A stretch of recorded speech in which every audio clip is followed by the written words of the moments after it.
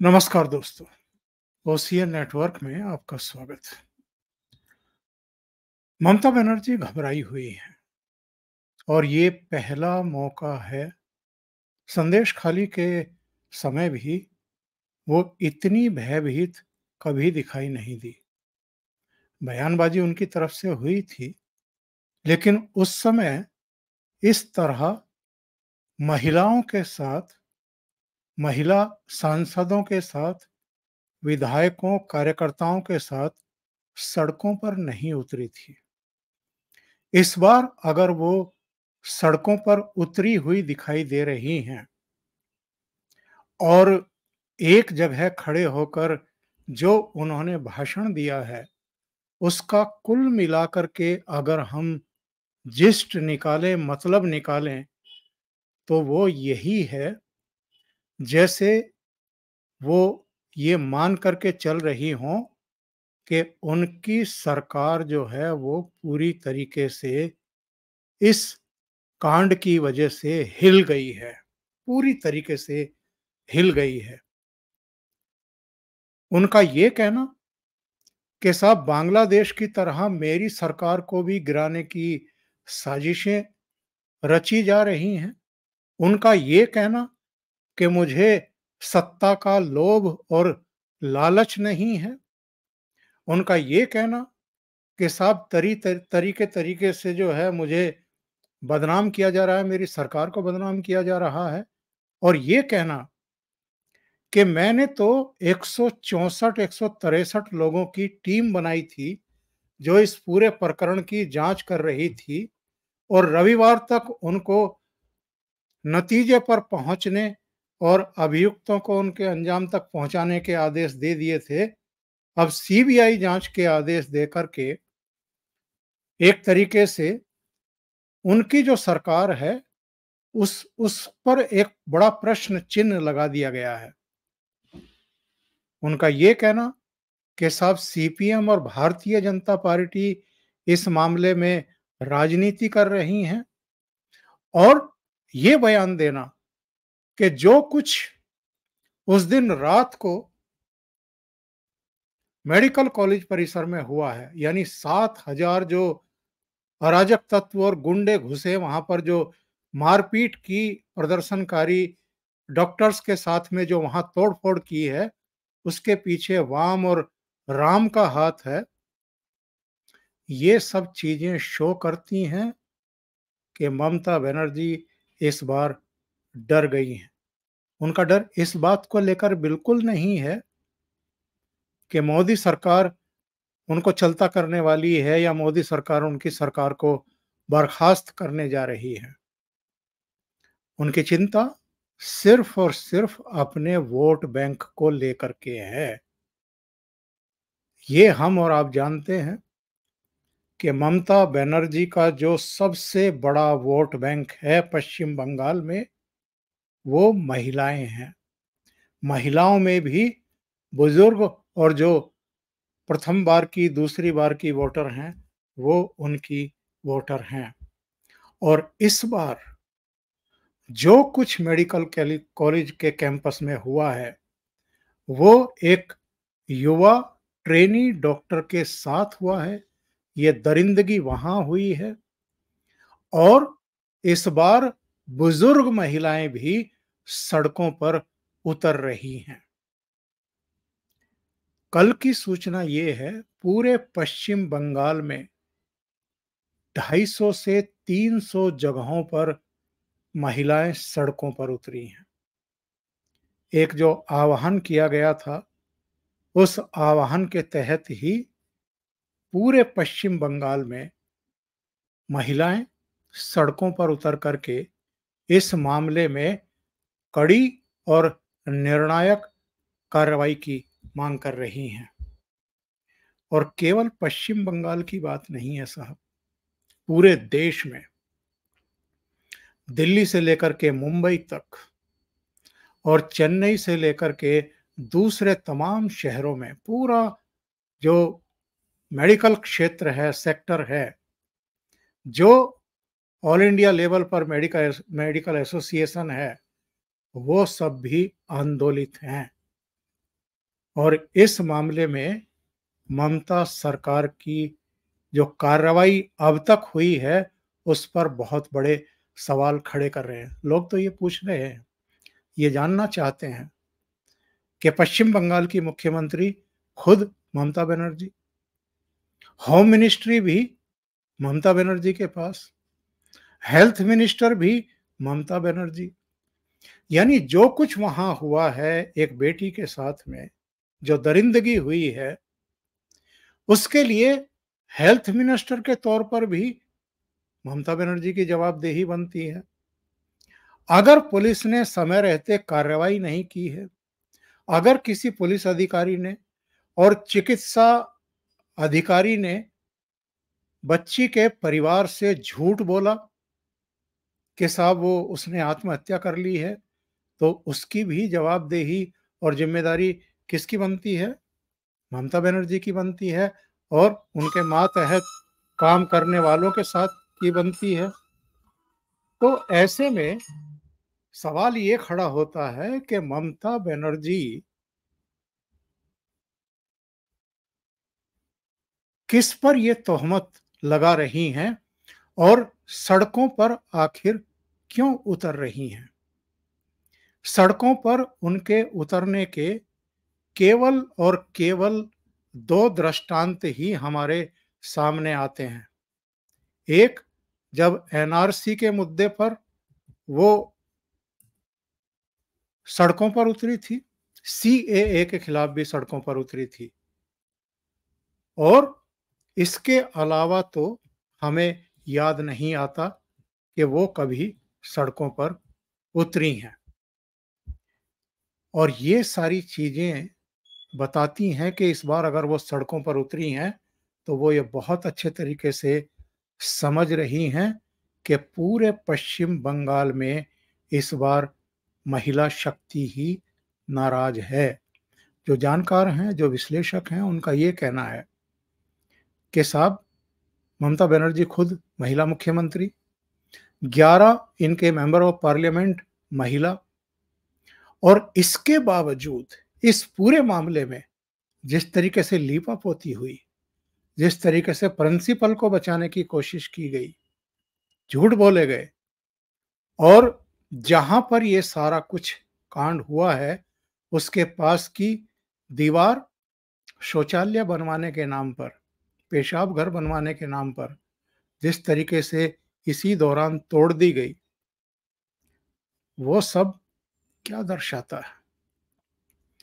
ये बहुत सारे सवाल खड़े हो रहे हैं, और कुछ सवाल जो सोशल मीडिया के जरिए और इन्वेस्टिगेशन के जरिए सामने आए हैं, वो उन पर भी हम देखें तो पहला सवाल ये उठ रहा है कि साहब जो एबनॉर्मल सेक्सुअलिटी और जेनिटल टॉर्चर के जो कारण ट्रेनी डॉक्टर के प्राइवेट पार्ट्स पर गहरा घाव पाया गया है। नंबर 2, चिल्लाने से रोकने के लिए नाक और मुंह और गले को लगातार दबाया गया है। गला घोंटने से थायराइड कार्टिलेज टूटा है उसका। सिर को दीवार से सटा दिया गया जिससे चिल्ला ना सके। पेट, होंठ, उंगलियों और बाएं पैर पर चोटें पाई गई। इतनी जोर से हमला किया गया कि चश्मे के शीशे के टुकड़े उनकी आंखों में घुस गए। दोनों आंखों, मुंह और प्राइवेट पार्ट से खून बह रहा था। चेहरे पर भी जो आरोपी है उसके खून के निशान पाए गए हैं। ये सारी चीजें जो हैं, ये पोस्टमार्टम रिपोर्ट में भी और दूसरे तरीके से भी सामने आ चुकी हैं। ममता बनर्जी की सरकार ने जो असंवेदनशीलता दिखाई है, जो देरी की गई है, जिस तरीके से गुंडे मेडिकल कॉलेज के कैंपस में घुसे हैं, तोड़फोड़ की है, मारपीट की है, उसको लेकर के ही पूरे बंगाल में और पूरे देश में इस समय आक्रोश का वातावरण है। मेरे साथ अनुपम मिश्रा जी जुड़ गए हैं, उनको जोड़ करके चर्चा को आगे बढ़ाते हैं। अनुपम जी, बहुत स्वागत है आपका। नमस्कार नमस्कार। सर। आपको लिंक डालना ही भूल गया था, उसके लिए माफी। अनुपम जी, एक बड़ा सवाल ये खड़ा हो रहा है, जिस तरीके से ममता बनर्जी महिलाओं के साथ और उनके गले में एक तरीके के पोस्टर डाल करके वो सड़कों पर उतरी हैं। 1.5 किलोमीटर की उन्होंने यात्रा की है। कल आपने इस पर घूमता आईना पर प्रोग्राम भी किया है, कुछ और मित्रों के चैनल्स ने किया है। लेकिन जो जानकार हैं उनका कहना ये है कि साहब ये एनआरसी और सीएए के मुद्दे पर तो सड़कों पर उतरी थी, या चुनाव के समय कभी-कभी सड़कों पर उतरती हैं, पर इस बार महिलाओं को साथ लेकर के सड़कों पर उतरना पड़ रहा है। इसका मतलब ये है कि जो एक बड़ा वोट बैंक है इनका महिला वर्ग, उसके खिसकने की आशंका और भय में ही ये सड़कों पर उतर रही हैं और अभियुक्तों को फांसी देने की मांग कर रही हैं। जिम्मेदारी किसकी है उनको फांसी देने की? नहीं सब तमाशा है ये तो एकदम। ममता बनर्जी खुद ही गृह मंत्री हैं, खुद ही स्वास्थ्य मंत्री हैं और खुद ही मुख्यमंत्री हैं, तो प्रदर्शन कर किसके खिलाफ रही हैं? वो प्रदर्शन बेसिकली वो सीबीआई पे दबाव डालने के लिए कर रही हैं। वो सीबीआई पे दबाव डालने के लिए कर रही हैं और उनका ये सब जो नाटक है वो अपने ऊपर से फोकस हटाने के लिए है। बात सिर्फ बांग्लादेश तक नहीं है, पूरे देश में। देखिए ऐसा है ना कि बाकी सब प्रदर्शन चलते रहते हैं, पर जब मेडिकल सेवाएं ठप होती हैं तो आम आदमी जो इंटरेस्ट नहीं ले रहा होता वो भी इंटरेस्ट लेने के लिए बाध्य हो जाता है। तो पूरी दुनिया, देश में ही नहीं चल रहा है। देखिए तमाशा देखें ओंकार जी, बांग्लादेश में हो रहा है। पूरी दुनिया में बांग्लादेश के खिलाफ प्रदर्शन हो रहा है और बांग्लादेश में ममता बनर्जी के खिलाफ प्रदर्शन हो रहा है। सोचिए, फिर से सोचिए इसको कि बांग्लादेश में जो अराजकता मची हुई है उसके खिलाफ पूरी दुनिया प्रदर्शन हो रहा है, और बांग्लादेश में किसके खिलाफ प्रदर्शन हो रहा है? ममता बनर्जी के खिलाफ। बांग्लादेश के जो मेडिकल स्टूडेंट्स हैं, जो डॉक्टर्स हैं, टीचर्स हैं, वो सब सड़क पर उतर आए हैं साहब ममता बनर्जी को लेकर। तो ममता बनर्जी के लिए बेहद शर्मनाक स्थिति है। लेकिन दिक्कत यह है कि साहब, चूंकि जब मेडिकल सर्विसेज की बात आई तो जो भद्रलोक, जिस भद्रलोक को वो अपनी गुलाम बना के रखा है उन्होंने इतने दिनों में, उस भद्रलोक तक बात पहुंच गई। अब सबको दिक्कत आ रही है, अब सबको दिक्कत आ रही है, और जाहिर सी बात है अब सब के सब उसमें कहीं ना कहीं ममता बनर्जी को दबाव में ले रहे हैं कि अब ममता बनर्जी को समझ नहीं आता। वैसे भी वो सड़कों की पुरानी मास्टर है साहब, सड़कों की पुरानी मास्टर है, आज की नहीं। देखिए 1975 में जब इमरजेंसी लगी थी तो ममता बनर्जी महिला कांग्रेस की अध्यक्ष थी वेस्ट बंगाल में, और जयप्रकाश नारायण जब कोलकाता गए तो ममता बनर्जी उनके उसकी गाड़ी के बोनट पे डांस किया था। वो तो हमेशा से सड़क पर उतर के लड़ती रही है। और हकीकत ये कि ये सड़कों की जो बादशाहत है, सड़कों की जो एनार्की है, सड़कों की जो अराजकता है, यही वामपंथियों की ताकत थी, और यही ताकत ममता ने उनसे एज इट इज ले ली। जाए कलकत्ता जाइए साहब, आप जाके देखें, जाके मैं तो बहुत गया, देखा मैंने, पूरा का पूरा जो लेफ्ट का काडर था वो पूरा कैडर इधर ट्रांसफर हो गया। सिर्फ बस अंतर यह है कि ऊपर ज्योति बसु और बुद्धदेव भट्टाचार्य की जगह ममता बनर्जी आ गई, बस अंतर इतना है। पूरा वामपंथी काडर इस समय ममता का काडर है। हमने सिंगूर, मतलब हमने वो टाटा प्लांट से लेके अभी तक लगातार इनकी सड़कों की अराजकता देखी है। पुलिस को, सिस्टम को इन्होंने एकदम अपना गुलाम, अपने घरेलू गुलामों, घरेलू नौकरों की तरह इस्तेमाल कर रही है। और पूरी दुनिया में कलकत्ता पुलिस नोटिस भेज रही है, सबके खिलाफ मुकदमे कर रही है। खबरदार कोई ट्वीट नहीं करेगा, खबरदार कोई पोस्ट नहीं करेगा। पता नहीं, भारतीय जनता पार्टी को भी इनसे कुछ सीखना चाहिए साहब। तो बहरहाल ममता बनर्जी बहुत ज्यादा दबाव में है। हालांकि वो क्यों दबाव में मेरी समझ में नहीं आ रहा है। जब भाजपा को कुछ करना ही नहीं है, मोदी को कुछ करना ही नहीं है, कोई कार्रवाई करनी नहीं, तो दबाव में क्यों आ रहे? दबाव में सिर्फ इसलिए आ रहे हैं कि medical services are affected, they are affected. तो मतलब आम आदमी को इलाज मिलना बंद हो गया। आम आदमी को इलाज मिल रहा है, एक इमरजेंसी सर्विस छोड़ के सब रुक गया। हालांकि थोड़ा सा मुझे डॉक्टर्स के लिए ये जरूर लगता है कि डॉक्टर जब स्ट्राइक पे जाया करें तो वो वीआईपी लोगों का ट्रीटमेंट बंद कर दिया करें, आम आदमी का ट्रीटमेंट ना बंद किया करें साहब। उससे दिक्कत तो आती है, बहुत ज्यादा दिक्कत आती है। मतलब मैं अभी हॉस्पिटल में घूम के आया हूँ, मैं हमारे अपने प्रयागराज में स्ट्राइक चल रही है, तो साहब आम आदमी बिस्तर पे परेशान हो रहा है, तड़प रहा है, और डॉक्टर्स नहीं मिलते, बड़ी दिक्कत वाली बात आती है। दो घटनाएं हुई हैं आज। एक तो हाई कोर्ट में सुनवाई के दौरान एक कड़ी टिप्पणी की गई है। चीफ जस्टिस ने कहा कि आज तक आपने यूरेनल नहीं बनाया, लेकिन कितनी बड़ी घटना होने के बाद आपको याद आया कि वहां यूरेनल बनाना जरूरी है। सीबीआई जांच के आदेश के मात्र 12 घंटे में आपने तोड़फोड़ करके यूरेनल बनवा दिया। आप किसे मूर्ख समझते हैं? मैं शॉक्ड हूं और निशब्द हूं। ये चीफ जस्टिस के बोल हैं। हाईकोर्ट कोई पहली बार नहीं कह रही है। हाईकोर्ट इनको पिछले 10 साल में क्या क्या नहीं कह चुकी है, क्या क्या नहीं। संदेश खाली पे हाईकोर्ट ने क्या नहीं कहा। देखिए ओंकार जी, संदेश खाली को आपने इग्नोर किया, संदेश खाली वाले मामले को आपने दबाया, तभी आज ये कोलकाता वाला मामला हुआ। संदेश खाली को अगर आपने सीरियसली लिया होता, अगर ममता बनर्जी ने इस बात को समझा होता कि उनकी पार्टी के कैडर, उनके पार्टी के मंत्री, उनके पार्टी के विधायक, उनके पार्टी के पदाधिकारी सत्ता के दुरुपयोग में इस कदर लिप्त हो चुके हैं कि वो किसी की जान माल से भी खिलवाड़ करने में संकोच नहीं कर रहे हैं। पिछले 10 दिन में 3 महिलाओं के साथ ऐसा हुआ। एक वो प्रदर्शन करके बिटिया वापस जा रही थी, उसका रेप और मर्डर हो गया। एक आज बोरी में लाश मिली है, लड़की की गर्दन कटी हुई है। तीसरा 10 दिन में आप सोच के देखें ओंकार जी, ईश्वर ना करे अगर ये उत्तर प्रदेश में हुआ होता तो क्या होता। अभी तक बीबीसी और अल जजीरा और वॉशिंगटन पोस्ट और न्यूयॉर्क टाइम्स ने तमाशा मचा दिया होता। और शर्म नहीं आती उन लोगों को जो इस सब देख के कान आंख नाक सब बंद किए बैठे, कोई एक बयान देने को तैयार नहीं, एक शब्द बोलने को तैयार है। और सबका हाल यही है, सबका हाल यही है साहब। ये देखने में बहुत शर्मिंदगी की बात है कि सबका हाल यही है। ध्रुव राठी एक वीडियो करता है, वो जो एक अभियुक्त उन्होंने पकड़ा है जिसके माथे पे ठीकरा फोड़ना चाह रहे हैं, वो सब राय है। तो उसने कहा ये तो राय है, भूमियार है, बिहार का है। सोचिए वो ऐसे मुद्दे पे, जबकि वो बंगाली है, कोलकाता का खास रहने वाला, तो क्या ऐसे मौके पे वो आदमी बंगाल और बिहार का मामला बैठा रहा है। हालत आपकी ये कि ध्रुव राठी ने एक ट्वीट कर दिया सिर्फ कि साहब ये तो निर्भया पार्ट 2 हो गया। ध्रुव राठी को वो डांट पड़ी कि उनको अपना ट्वीट डिलीट करना पड़ा।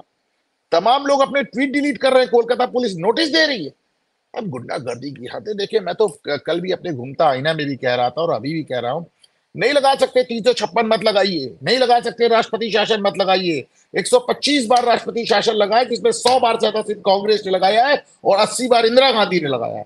नहीं कर सकते मत करिए, कोई बात नहीं, 355 लगा दीजिए। 355 में राष्ट्रपति शासन नहीं होता है, सरकार केंद्र के हाथ में नहीं आती है, सिर्फ लॉ एंड ऑर्डर केंद्र के हाथ में आ जाता है, सिर्फ कानून व्यवस्था। कानून व्यवस्था ध्वस्त हो चुकी है। हाई कोर्ट बार बार कह रहा है, सब लोग अब आप कम से कम उनका लॉ एंड ऑर्डर ही हाथ में ले लीजिए ना। अभी तो ये हालत है कि आपकी सीबीआई आती है, उनको गिरफ्तार कर लेती है, आपकी ईडी आती है, उनका सर फोड़ देते हैं, सीआरपीएफ जाता है, उन पर पत्थरबाजी हो जाती है, इंडियन आर्मी मार्च करती है, उसका विरोध करता है। तो अभी आप उनके कम से कम कानून व्यवस्था आर्टिकल 355 तो लगा सकते हैं। आज मैं देख रहा था भारतीय जनता पार्टी की बैठक हो रही थी चुनाव के मद्देनजर, तो क्या सिर्फ चुनाव ही लड़ते रहेंगे साहब, जीतते ही रहेंगे? अरे जीत का कोई उद्देश्य होना चाहिए, सरकार बनाने का कोई उद्देश्य होना चाहिए कि नहीं? किसी सरकार बनाना ही अपने आप में अंतिम उद्देश्य। ओंकार जी, आप कह रहे थे कि बहुत सारे लोग चुप्पी साधे हुए हैं। आपकी नजर शायद राजदीप सरदेसाई के इस वीडियो पर नहीं पड़ी, वो मैं सुनवा देता हूं।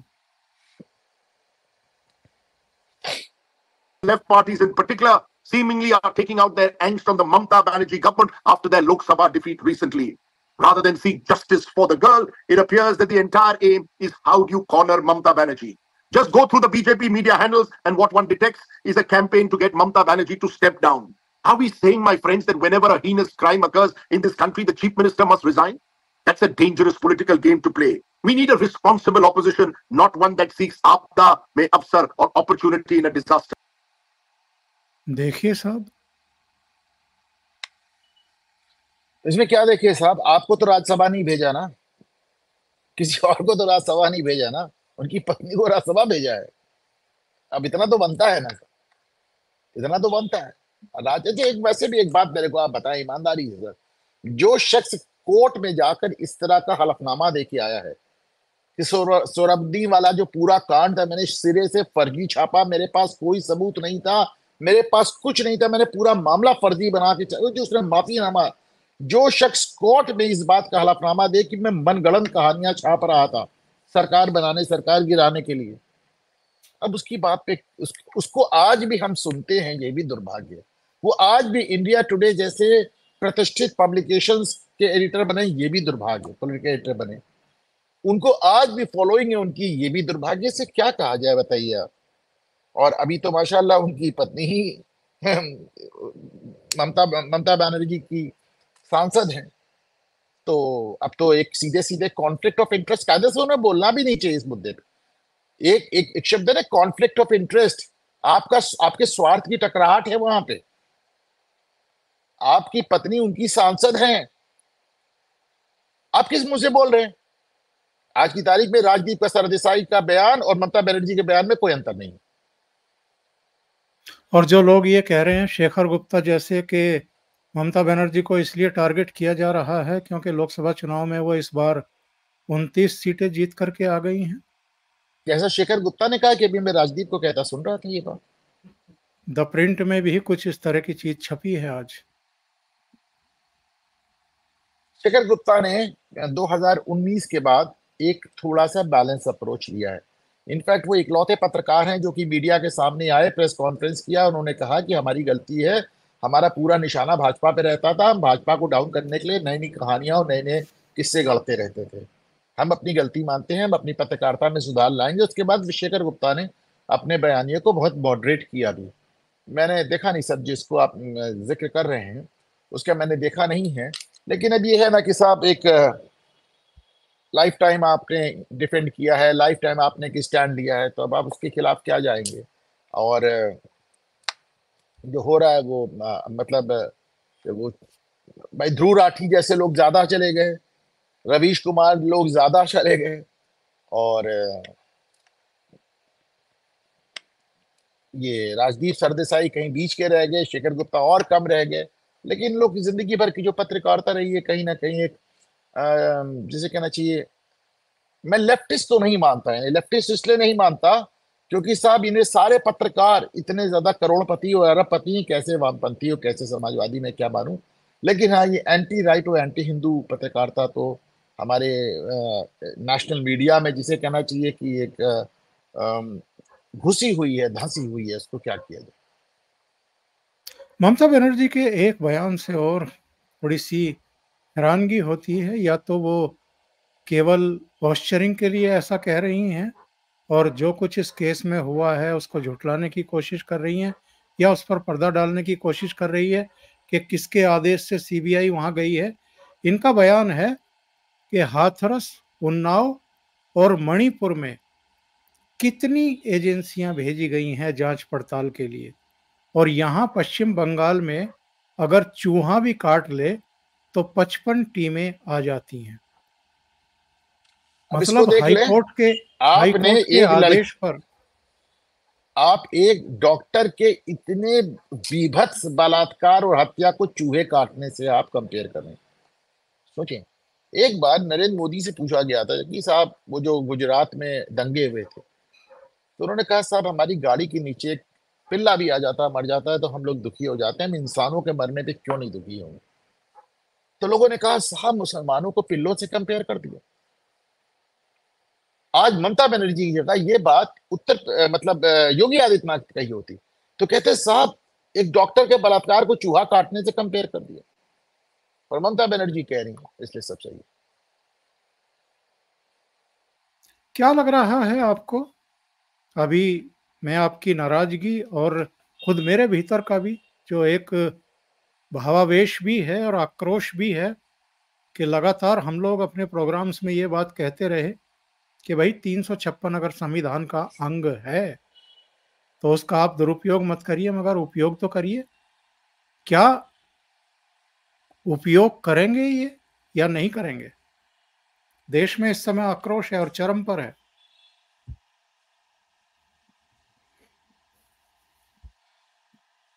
मैं थोड़ा सा मतलब इतना $1 मिलियन क्वेश्चन कर देते हैं आप सर, मतलब दिस इज समथिंग आई, मुझे जो लगता है हर आदमी जानना चाहता है, पर इसका क्या ही जवाब। सब आप तो मुझसे सीनियर हैं, आप ही बताएं कि मतलब अब तो सवाल ये उठ रहा है क्यों नहीं कर रहे हैं। जैसा मैंने कहा 356 नहीं 355 लगा के लॉ एंड ऑर्डर ही अपने हाथ में ले लो, पर मुझे बहुत समझ में नहीं आ रहा है सर।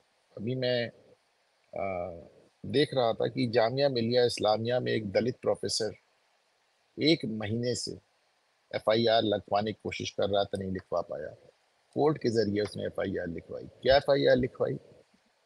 कि साहब जामिया के सारे मुस्लिम प्रोफेसर मिलके मुझे प्रताड़ित कर रहे थे कि इस्लाम कबूल कर लो, मैंने नहीं किया। तो वो FIR लेके एक दलित प्रोफेसर भाग रहा है, उसकी FIR नहीं लिखी जा रही दिल्ली पुलिस द्वारा। किसके अंडर में है दिल्ली पुलिस? ममता बनर्जी के अंडर में, अमित शाह के अंडर में। हालांकि दिल्ली पुलिस के बारे में और भी बहुत कुछ मैं कहना चाहता हूँ साहब। वहाँ पे जो दिल्ली पुलिस का एक स्ट्रक्चर है, जिस तरह के लोग उसमें आए हैं पिछले 20 साल में, जिस तरह की उसमें भर्ती हुई है, बहुत कुछ है, वो मैं समझता हूँ। लेकिन अमित शाह, क्योंकि मुझे लगता है कि अमित शाह बहुत अच्छे पॉलिटिशियन हैं, उनको भाजपा का अध्यक्ष ही होना चाहिए। तो गृह मंत्रालय फिर कोई और चला लेंगे, क्योंकि आपको मणिपुर भी देखना है, आपको वेस्ट बंगाल भी देखना है, दिल्ली भी देखना है, उत्तर प्रदेश भी देखना है, सब कुछ देखना है आपको। पार्टी भी देखनी है, JP नड्डा के वो अगर अध्यक्ष है तो वो सुपर अध्यक्ष है, आपको चुनाव भी करानी है, आपको पॉलिटिक्स भी करनी है। तो आप वो दिल्ली का जामिया मिलिया केस हो या वेस्ट बंगाल का ये ममता बनर्जी केस, कहीं ना कहीं भारत सरकार लैकिंग पाई जा रही है। और देखें इस बात को, सबसे बड़ा जो संदेश आया है ओंकार जी, वो वेस्ट बंगाल से ही आया है। जिन लोगों ने आपको 18 सीट दी थी, जिनके भरोसे आप मान के चल रहे थे 30 सीट लाएंगे, वो आपको 12 पे घसीट लाए। उन्होंने समझ लिया कि साहब आपके साथ खड़े रहने में फायदा नहीं है, आप हमारी जान नहीं बचा पाओगे। मैं हमेशा कहता था कि मोहनदास करमचंद गांधी जब कहते थे अपनी जान दे दो, गांधी का बड़ा फेमस है, वो यहूदियों से कहते थे जर्मनी में कि सारे यहूदियों को मर जाना चाहिए तो हिटलर का दिल बदल जाएगा। यहूदी तो सुनने की पोजीशन में नहीं, वो तो ऐसे ही मर रहे थे। वो चर्चिल से उन्होंने चिट्ठी लिखी कि इंग्लैंड के एक एक आदमी, एक एक औरत और एक एक बच्चे को मर जाना चाहिए, तो इससे जर्मनी का दिल बदल जाएगा। चर्चिल ने उनको एकदम डिसमिस कर दिया, क्या पागलपन है, वो ध्यान नहीं दिया। वो हिंदुओं को समझाते रहे। उनका तो बड़ा फेमस बयान है कि आखिरी हिंदू भी अगर मर जाए, सारी औरतें जहर खा लें, सारे बच्चे मर जाएं, तो मुसलमानों का हृदय परिवर्तन हो जाएगा।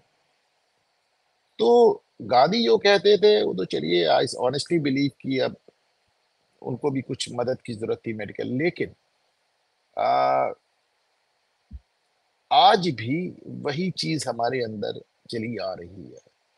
आज भी हमारे अंदर वही चीज चली आ रही है। लोग मर रहे हैं और हम उनको, आप सोच के देखिए ओंकार जी, मुझे याद नहीं आता कि 10 साल में नरेंद्र मोदी साहब ने पश्चिम बंगाल की अराजकता को लेकर एक बयान भी दिया हो।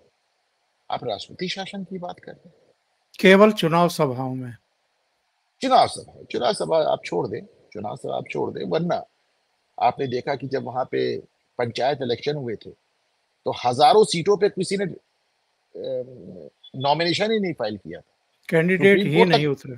सुप्रीम कोर्ट ने नोटिस लिया था, मोदी का बयान नहीं आया। हर चुनाव के बाद वहां नरसंहार होता है, मोदी का बयान नहीं आता। और मोदी का बयान शायद इसलिए भी नहीं आता कि उनका बयान आएगा तो लोग पूछेंगे आप ही बयान दे रहे हो और आप ही ने लगाना है राष्ट्रपति शासन, क्यों नहीं। अब ये अभी भी वो युद्ध नहीं बुद्ध का देश बता रहे हैं और गांधी का देश, ये गांधी का देश नहीं है, ये गांधी का देश नहीं रहा, ये गांधी का देश कभी नहीं था, ये बुद्ध का भी देश नहीं था, ये राम का देश था, कृष्ण का देश था, महाभारत का देश था। हमारे एक भी ऐसे देवी देवता नहीं है मां सरस्वती को छोड़ के जिनके पास शस्त्र ना हो।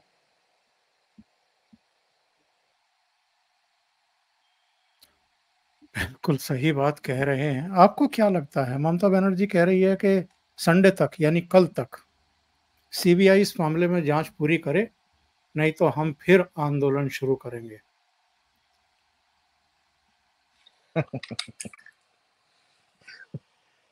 एक तो ये भी है ना कि आंदोलन कर किसके खिलाफ रही है? होम मिनिस्टर तुम हो, मुख्यमंत्री तुम हो, हेल्थ मिनिस्टर तुम हो।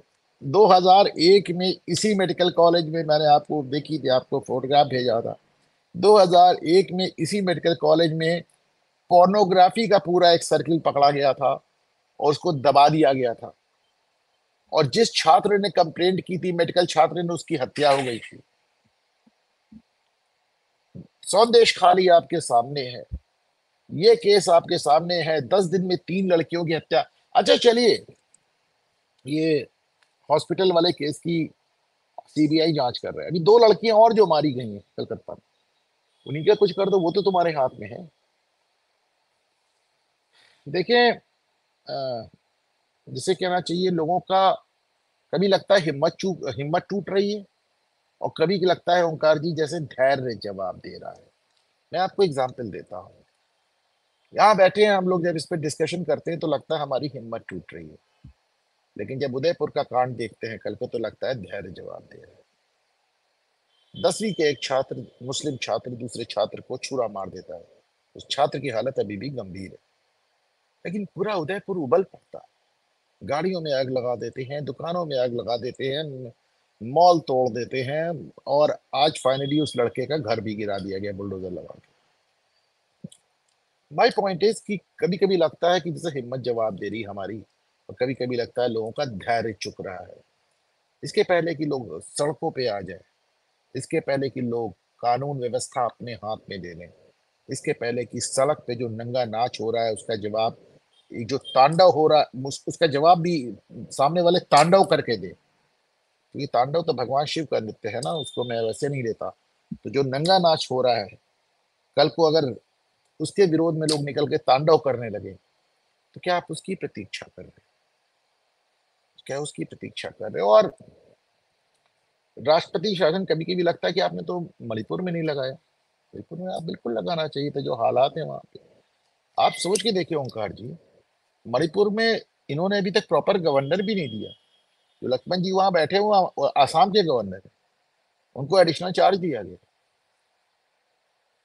तो मैंने कहा ना कि जब भरोसा उठने लगता है तो लोगों का धैर्य चुकने लगता है।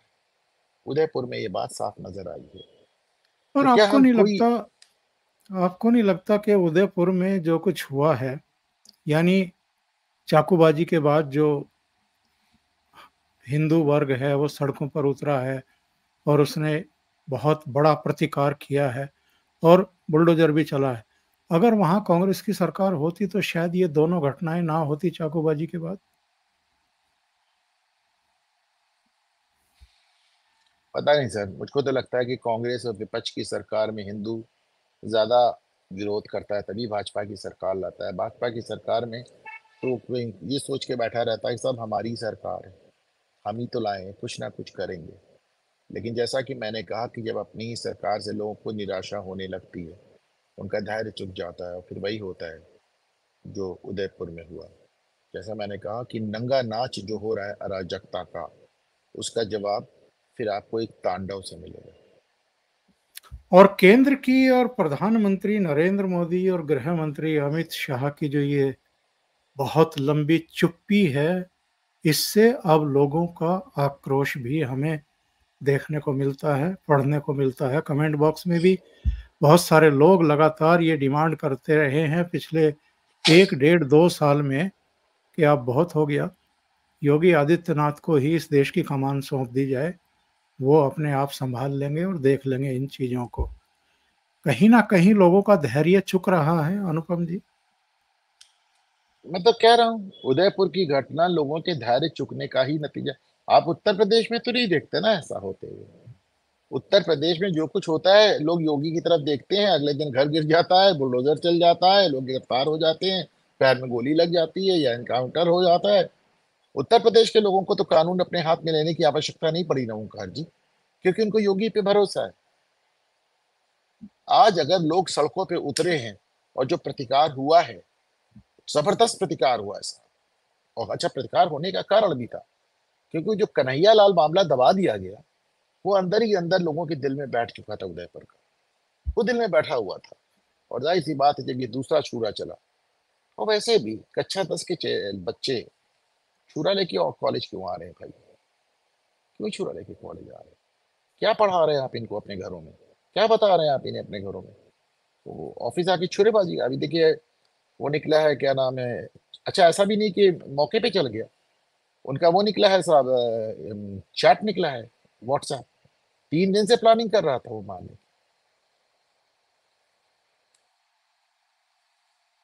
ये बताइए, आपका इतना अनुभव है और अलग अलग फील्ड का है, विधि क्षेत्र का भी है, पत्रकारिता का भी है, क्यों नहीं बोल्ड स्टेप ले रहे हैं, कड़े स्टेप ले रहे हैं? ना बंगाल में, ना दिल्ली में, पंजाब में भी एक दौर हमने ऐसा देखा था जब राष्ट्रपति शासन का परफेक्ट केस था, वहाँ भी नहीं लगाया गया था। दिल्ली का तो मुख्यमंत्री ही जेल में पड़ा है 21 मार्च के बाद से, कोई सरकार नाम की चीज नहीं है।